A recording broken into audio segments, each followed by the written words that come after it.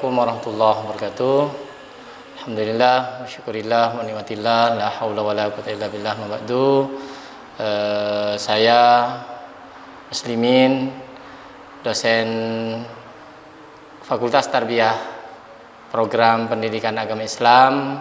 Saya diserai mata kuliah IAD, IBD, dan ISD, Ilmu Alamiah Dasar, Ilmu Budaya Dasar, dan Ilmu Sosial Dasar oleh fakultas, yang mana ilmu ini menjelaskan tentang hablum minal alam dan hablum minan nas, yang mana pokok bahasan dari materi ini yang pertama adalah mengenai pengertian, latar belakang, dan ruang lingkup IAD, IBD, dan SD.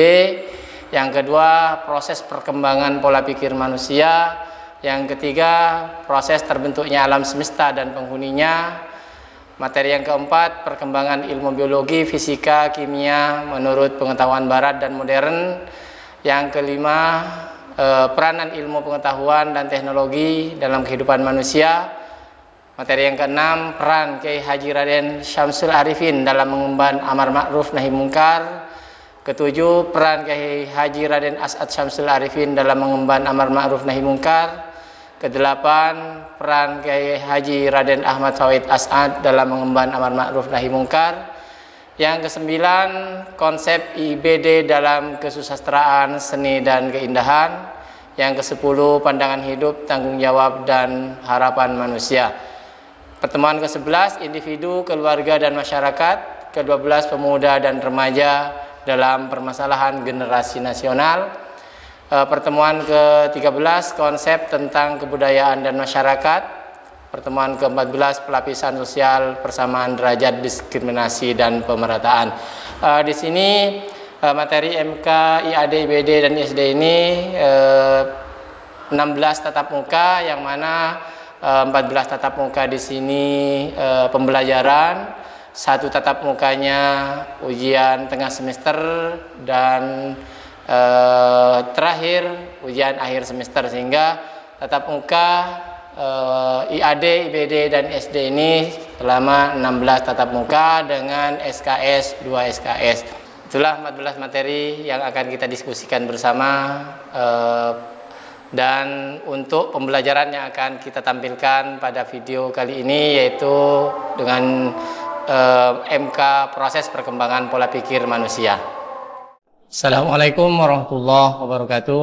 Waalaikumsalam warahmatullahi wabarakatuh. Alhamdulillah, syukurillah, wa ni'matillah, la haula wa la quwwata illa billah, ma ba'du. Teman-teman mahasiswa semester 2 yang berbahagia, pertama-tama marilah kita panjatkan puji syukur kita kepada Allah Subhanahu wa taala, yang mana pada siang hari ini kita bisa melanjutkan perkuliahan sebagaimana biasa. Dan kedua kalinya mudah-mudahan selawat salam selalu terlimpah curahkan kepada junjungan kita Nabi besar Muhammad sallallahu alaihi wasallam. Sebelum perkuliahan dilanjutkan, kita berdoa bersama-sama dengan harapan mudah-mudahan apa yang nanti kita bahas bersama bermanfaat kepada kita dan kita mendapatkan barokah. Silakan berdoa dimulai. Bismillahirrahmanirrahim. Ya Rabbi hayyi lana min amrina rasyada waj'al ma'unataka husnan lana madada wa la takilna ila tadbiri anfusina an-nafsu ta'yidu an islahi ma fasada antal alimu wa wajjahtu ya amali ila rajai tawakkal sa'ila wa yada wa bil rajai tawakun anta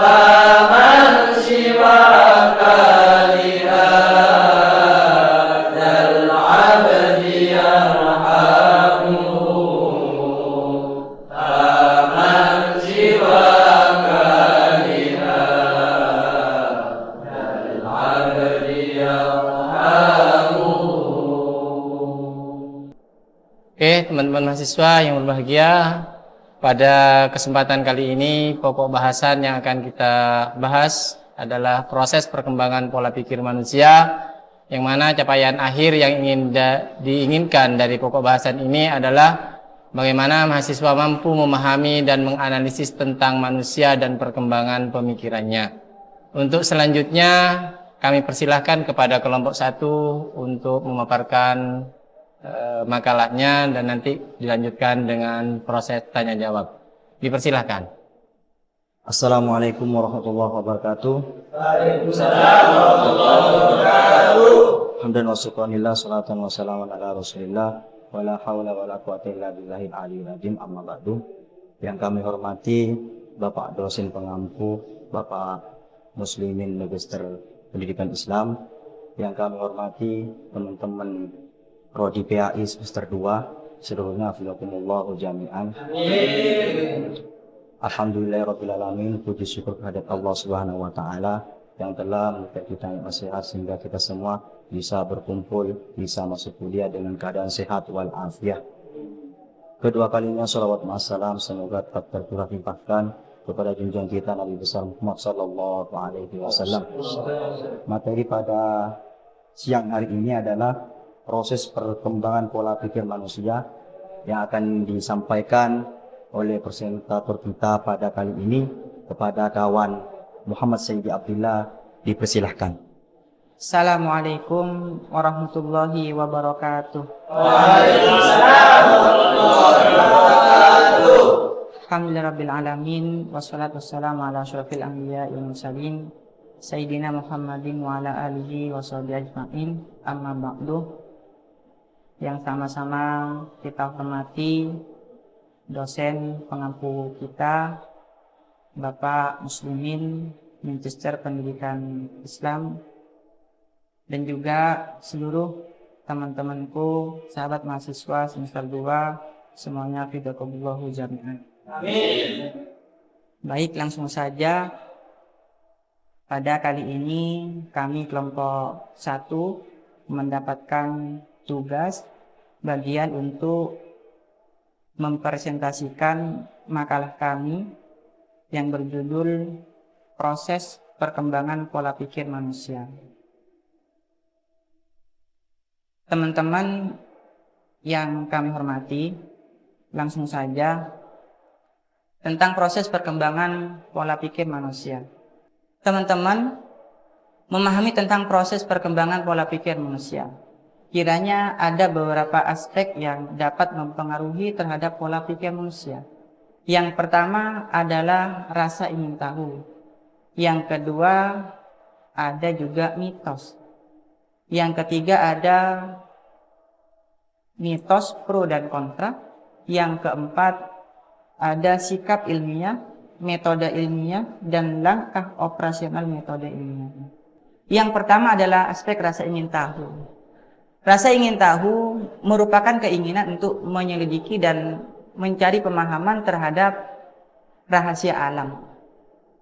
Rasa ingin tahu senantiasa akan memotivasi diri untuk terus mencari dan mengetahui terhadap hal-hal baru. Sehingga dengan ada keinginan seperti itu akan memperbanyak, akan mendapatkan yang namanya suatu keilmuan. Baik itu ilmu secara umum, baik itu adalah disiplin suatu keilmuan.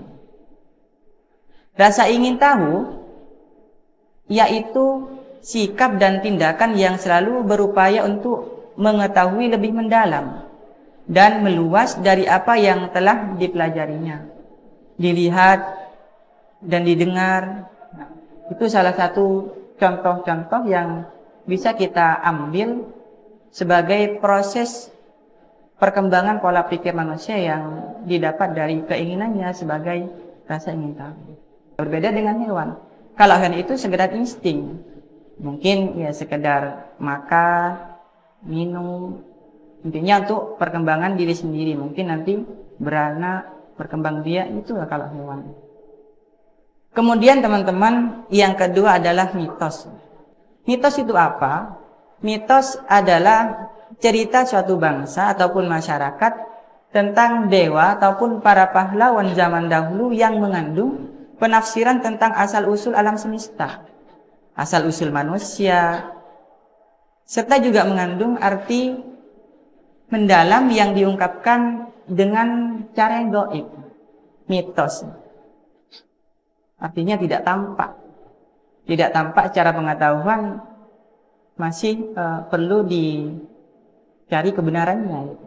Salah satu contoh mitos yang sering kita ketahui adalah zodiak ya, atau ramalan. Gitu. Sebagian masyarakat ada yang mempercayainya dan ada pula yang tidak mempercayainya. Karena kebenarannya katanya masyarakat juga perlu dipastikan karena belum tentu benar, dan juga ada yang mengatakan sudah tentu benar dan sudah tentu ada. Nah, contoh teman-teman, kalau kita sering mendengar mitos, kira-kira di lingkungan kita yang kita ketahui, contohnya adalah mitos memotong kuku. Pada zaman dahulu, memotong kuku pada malam hari itu adalah hal yang tidak baik. Artinya tidak diperkenankan oleh orang tua kita. Karena mengapa? Karena katanya beliau-beliau, para sesepuh kita ataupun masyarakat sekitar menganggap hal itu akan menimbulkan kepada kita, akan menimbulkan hal-hal yang tidak baik. Entah apa yang dimaksudkan oleh beliau-beliau, intinya larangan hal seperti itu diharapkan kita tidak melaksanakan atau tidak melakukan hal seperti itu, karena dapat membahayakan pada diri kita. Contoh yang kedua, semisal kami sampaikan adalah kita tidak diperbolehkan untuk duduk semisal di pintu, di tengah-tengah pintu ya, di tengah-tengah pintu. Dengan alasan katanya beliau-beliau, orang tua kita itu akan menimbulkan atau berakibat kepada istilahnya kalau di dalam bahasa Jawa, ya teman-teman, pamali itu bisa tidak mendapatkan istri ya Pak, tidak mendapatkan istri. Entah apa itu benar atau tidak, mungkin teman-teman yang pernah berdiri ataupun duduk-duduk di pintu-pintu dari sekarang berhenti, karena ya khawatir seperti itu nanti kan setelah lulus kita mungkin pas tak punya istri kan bahaya itu. Kemudian teman-teman, itu adalah contoh mitos yang kedua. Kalau secara rasional mungkin ya bisa kita benarkan gitu ya. Kalau sekarang bisa kita benarkan. Kenapa? Karena dengan alasan mungkin menjadi pengganggu terhadap lalu lintasnya ataupun jalannya teman-teman mahasiswa ataupun keluarga di rumah. Itu salah satu contoh mungkin. Nah, bahkan tentang mitos ini sebenarnya teman-teman di dalam Al-Quran sudah ada gambaran dari firman Allah Subhanahu wa Ta'ala yang ayatnya ditampilkan. Bismillahirrahmanirrahim. Qul la ya'lamu man fis samawati wal ardil ghaiba illallah wa ma yash'uruna ayyana yub'atsun. Artinya kira-kira begini.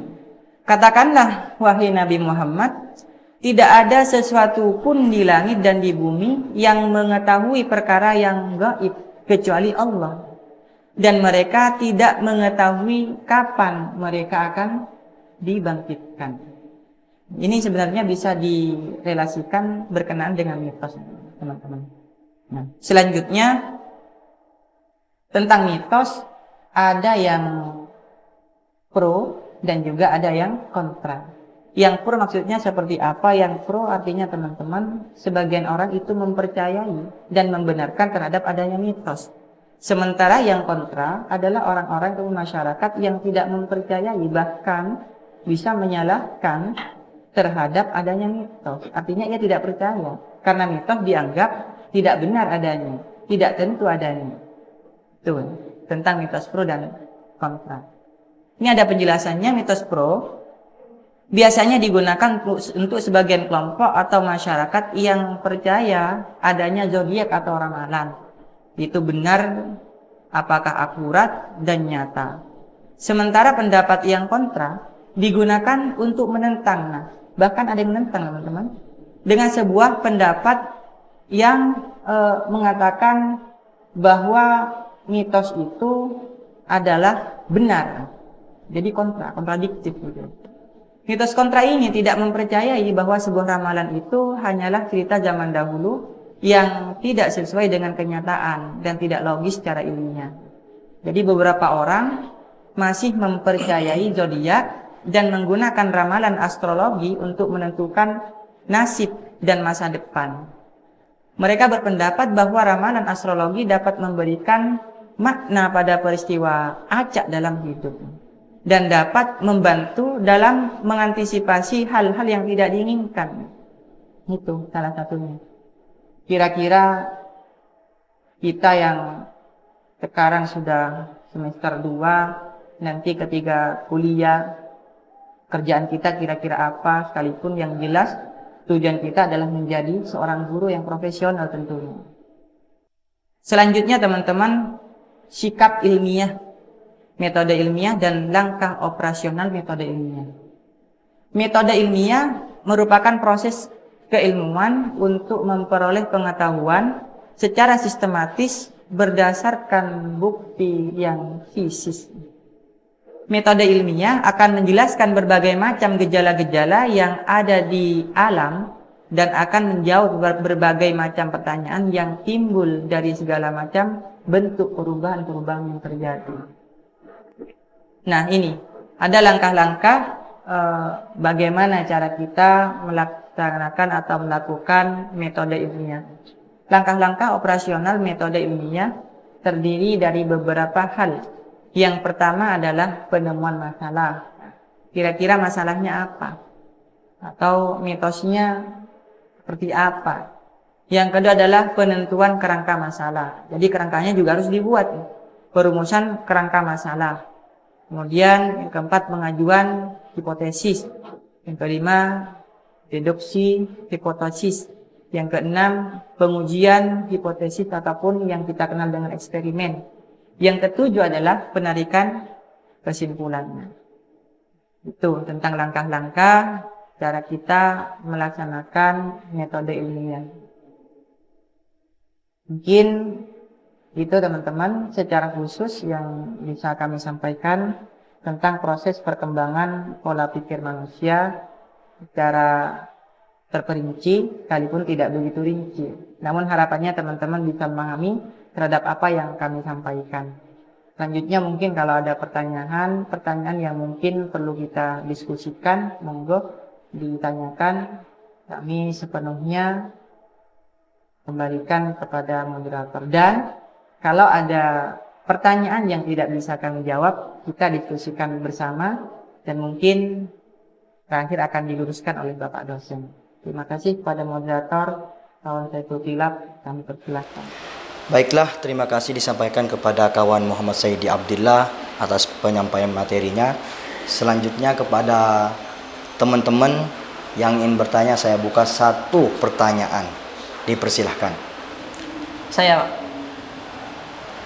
Assalamualaikum warahmatullahi taala wabarakatuh. Bapak dosen yang kami hormati, Bapak Muslimin Magister Pendidikan Islam, moderator, narasumber dan seluruh teman-teman mahasiswa Fakultas Tarbiyah Prodi PAI semester 2 seluruhnya hafizakumullah wa jami'an. Kami ingin bertanya kepada kelompok 1.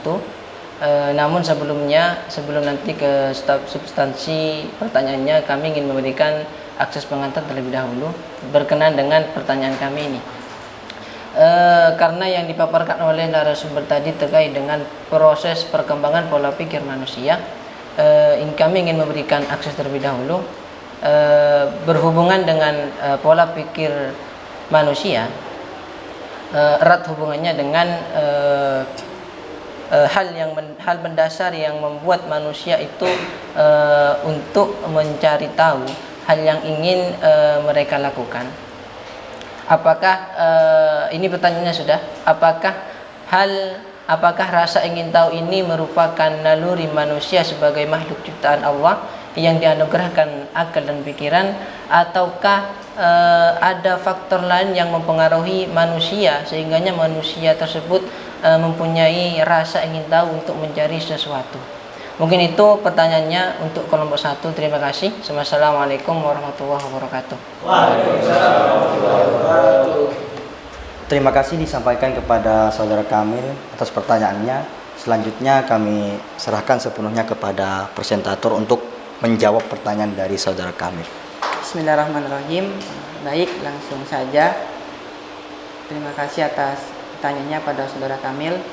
Jadi pertanyaannya, apakah rasa ingin tahu manusia sebagai makhluk ciptaan Allah yang dianugerahkan akal dan pikiran, apakah itu berdasarkan atas naluri sebagai manusia ataukah karena dipengaruhi oleh faktor-faktor yang lain? Nah, jadi begini teman-teman, terkhusus pada saudara Kamil. Sebenarnya kembali ke awal penjelasan yang telah kami paparkan di awal, perkembangan pola pikir manusia salah satu aspek yang bisa kita dapatkan sebagai sampel adalah rasa ingin tahu dari manusia itu sendiri. Artinya apa? Secara naluri emang sejatinya manusia ya emang ada perasaan ataupun rasa ingin tahu. Artinya itu sudah secara naluri ya. Hewan pun sekalipun dia tidak memiliki akal dan pikiran, tidak dianugerahkan akal dan pikiran, rasa ingin tahunya juga ada, yang biasa kita kenal dengan sebutan insting. Namun berbeda sempurnanya dengan manusia. Bukankah kita juga tahu di dalam Al-Quran kan manusia merupakan sosok yang begitu paripurna. Bismillahirrahmanirrahim. Dalam Al-Quran, laqad khalaqnal insana fi ahsani taqwim. Bukan hanya sekedar tampilan fisik semata yang Allah sempurnakan, begitu pula dengan akal daripada manusia itu sendiri. Oleh karenanya, rasa ingin tahu yang dimiliki oleh seorang manusia, termasuk kita semua, emang secara naluriah. Perkara toh dipengaruhi oleh faktor-faktor yang lain, entah itu adalah faktor lingkungan, entah itu adalah faktor di masyarakat ataupun keluarga kita, itu mungkin adalah tambahan perangsang daripada manusia sehingga memiliki rasa ingin tahu yang begitu tinggi sebagai motivasi diri secara pribadi, bagaimana pengetahuan yang manusia miliki bisa ada peningkatan. Mungkin itu jawaban yang bisa kami sampaikan. Selanjutnya mungkin ada dari teman-teman Pak Moderator. Terima kasih. Kurang lebihnya mohon maaf. Terima kasih disampaikan kepada kawan Sayyidi Abdillah atas jawabannya. Selanjutnya mungkin ada tambahan dari teman-teman, dipersilahkan. Saya Mas. Silahkan saudara Niam untuk menambah. Terima kasih kepada moderator. Jadi saya akan menambah jawaban dari pertanyaan saudara Kamil. Bahwasanya manusia memiliki rasa ingin tahu itu merupakan karakter dari manusia itu sendiri. Dan ketika manusia berada di dalam lingkungan masyarakat ataupun keluarga, mau tidak mau, maka manusia itu sendiri harus menyesuaikan bagaimana ketika rasa ingin tahu itu bisa diselaraskan atau dikolaborasikan dengan kultur atau budaya yang ada di masyarakat itu sendiri. Jadi ketika rasa ingin tahu itu sudah dipadukan dengan budaya atau hal-hal kebudayaan yang ada di masyarakat itu, maka rasa ingin tahu itu akan sifatnya akan lebih jelas nantinya. Mungkin itu tambahan dari saya. Terima kasih atas penambahannya kepada saudara Niam. Mungkin ada yang ingin menambah lagi kepada teman-teman? Gak ada. Kalau gak ada, kami dapat menarik kesimpulan bahwa jawaban dari narasumber dan saudara Niam tadi adalah manusia sebagai makhluk Allah yang dianugerahkan akal dan pikiran, emang sudah nalurinya memiliki rasa ingin tahu. Mungkin itu dari kami. Selebihnya mohon maaf. Assalamualaikum warahmatullahi wabarakatuh. Selanjutnya kami berikan sepenuhnya kepada Bapak Muslimin untuk menutup. Oke, terima kasih teman-teman, khususnya kelompok 1 yang sudah mempresentasikan makalahnya.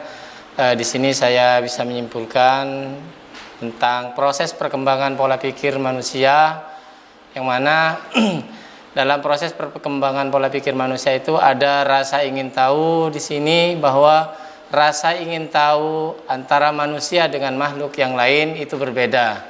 Karena manusia dilengkapi dengan akal dan pikiran, sedangkan makhluk selain manusia itu hanya punya insting yang membedakan. Sehingga rasa ingin tahunya manusia itu akan terus berkembang. Jadi sudah tahu 1, ingin tahu 2, 3 dan seterusnya. Itulah manusia. Terus yang kedua mengenai Metos yang sering berkembang di masyarakat seperti yang dicontohkan tadi, misalkan contoh, nak jangan berdiri atau duduk di pintu karena akan kualat, karena kalau laki-laki tidak akan dapat istri, kalau perempuan tidak akan dapat suami. Itu biasanya kalau orang tua seperti itu. Nah, kalau orang-orang sekarang yang jelas kan nanti akan ada istilah mitos pro dan kontra. Nah, kalau orang-orang berilmu yang jelas akan mencari jawaban yang sesungguhnya. Benarkah orang yang duduk atau berdiri di pintu itu secara ilmiah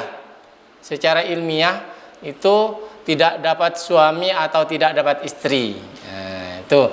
Cuma sisi baiknya dari apa yang diucapkan orang tua terhadap anaknya itu, anak itu tidak pernah membantah. Jadi anak itu nurut terhadap orang tua.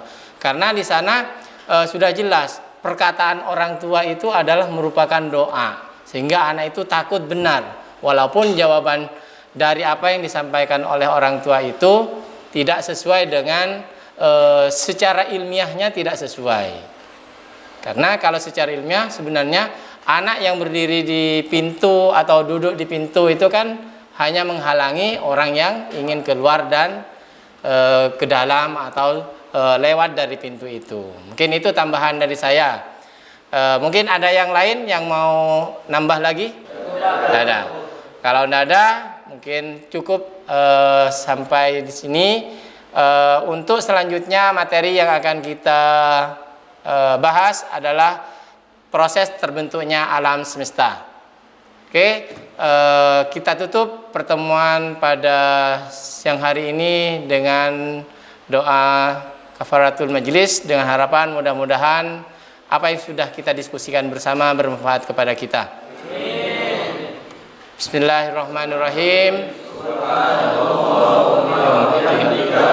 Asyhadu an la ilaha illa anta astaghfiruka wa atubu ilaik. Wa sallallahu ala sayyidina Muhammadin wa ala alihi washabbihi wasallam. Walhamdulillah. Dari saya kurang lebihnya mohon maaf. Assalamualaikum warahmatullahi wabarakatuh. Waalaikumsalam warahmatullahi wabarakatuh.